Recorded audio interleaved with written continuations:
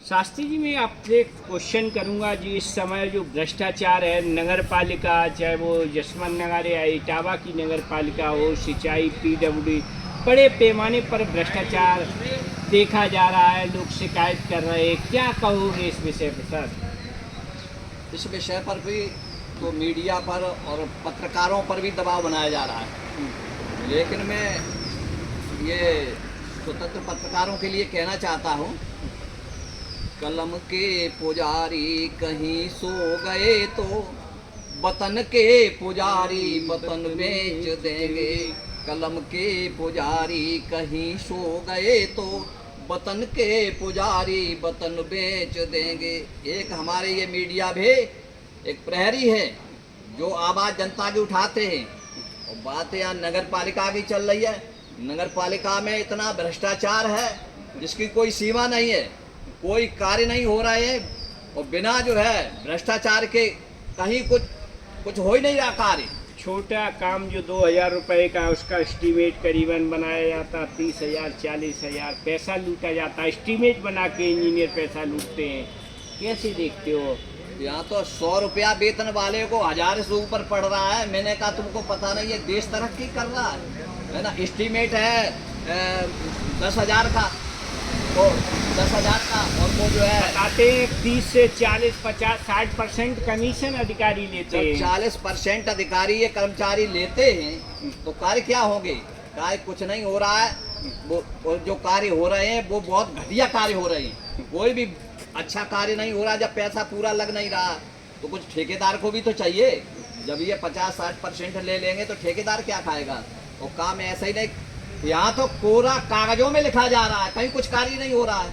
और हो भी रहा है वो कैसे देखते हो? नज़दीक 15 अगस्त है, नज़दीक ऐसे भ्रष्ट अधिकारियों को झंडा रोड से रोका जाए, क्या कहोगे सर? क्या देश से? यहाँ तो मैं ये देख रहा हूँ, कोई जब कार्य नहीं हो रहा है ना, दीप जलता ही रहा पर बंदगी जाती रही।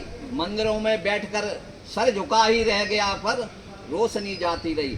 मतलब कोई कार्य नहीं हो रहा, केवल सर झुका हुआ है। तो 15 अगस्त पर भ्रष्ट अधिकारी जो राष्ट्रध्वज तिरंगे को फहराएंगे, अगर ऐसे भ्रष्ट अधिकारी को नहीं फहराना चाहिए इनको फहराने का कोई अधिकार ही नहीं है। और यहाँ जिनको अधिकार नहीं वही फहरा रहा है। जो भ्रष्ट है उन भ्रष्टाचारी चरम सीमा पर है। भ्रष्टाचारी लोग कर रहे सीना चोरी, सीना चोरी, और जन भूखों मर रहे। नोट से ये भर रहे तिजोरी, इनकी तिजोरियां भरी जा रही और जनता मर रही है।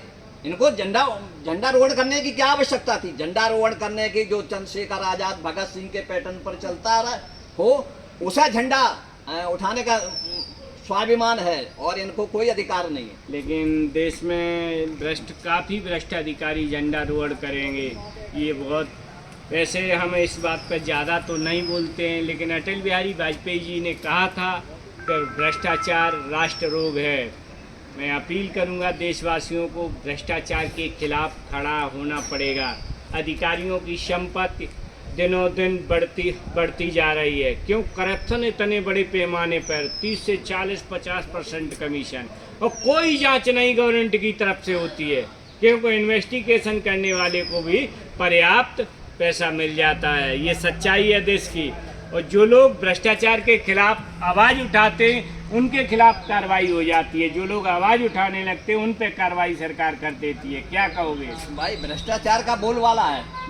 जो भी आवाज उठाएगा उस पर मुकदमा लगेंगे, 5-5 थानों की पुलिस लगेगी उसके पीछे, और उसे ठूस के बंद कर दिया जाएगा।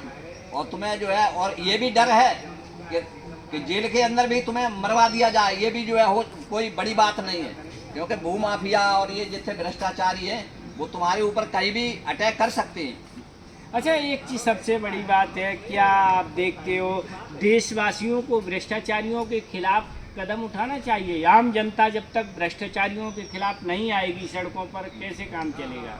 देखो, जब जनता आवाज उठाती है तो इनकी बंदूकों के जो मुंह होते हैं वो घूम जाते हैं। और जब जनता शांति हो जाती है तो जनता के ऊपर इनके बंदूकों के निशाने होते हैं, निशाने बनते हैं। इसलिए जनता को आवाज उठानी चाहिए। ये देश का जो पैसा है, गवर्नमेंट का पैसा, जनता की टैक्स का पैसा है, उसका सदुपयोग होना चाहिए। रोडें बनने चाहिए, नालियाँ, जो भी काम सरकारी हैं उसे अगर भ्रष्टाचार में, कमीशन में बड़े पैमाने पर पीडब्ल्यूडी, सिंचाई, विद्युत विभाग, नगर पालिका, इसमें लूटा जाता है, इस पर क्या कहोगे? लूटा, गिट्टी ईंट सब ये खा गए, सीमेंट गिट्टी ईंट सब खा गए।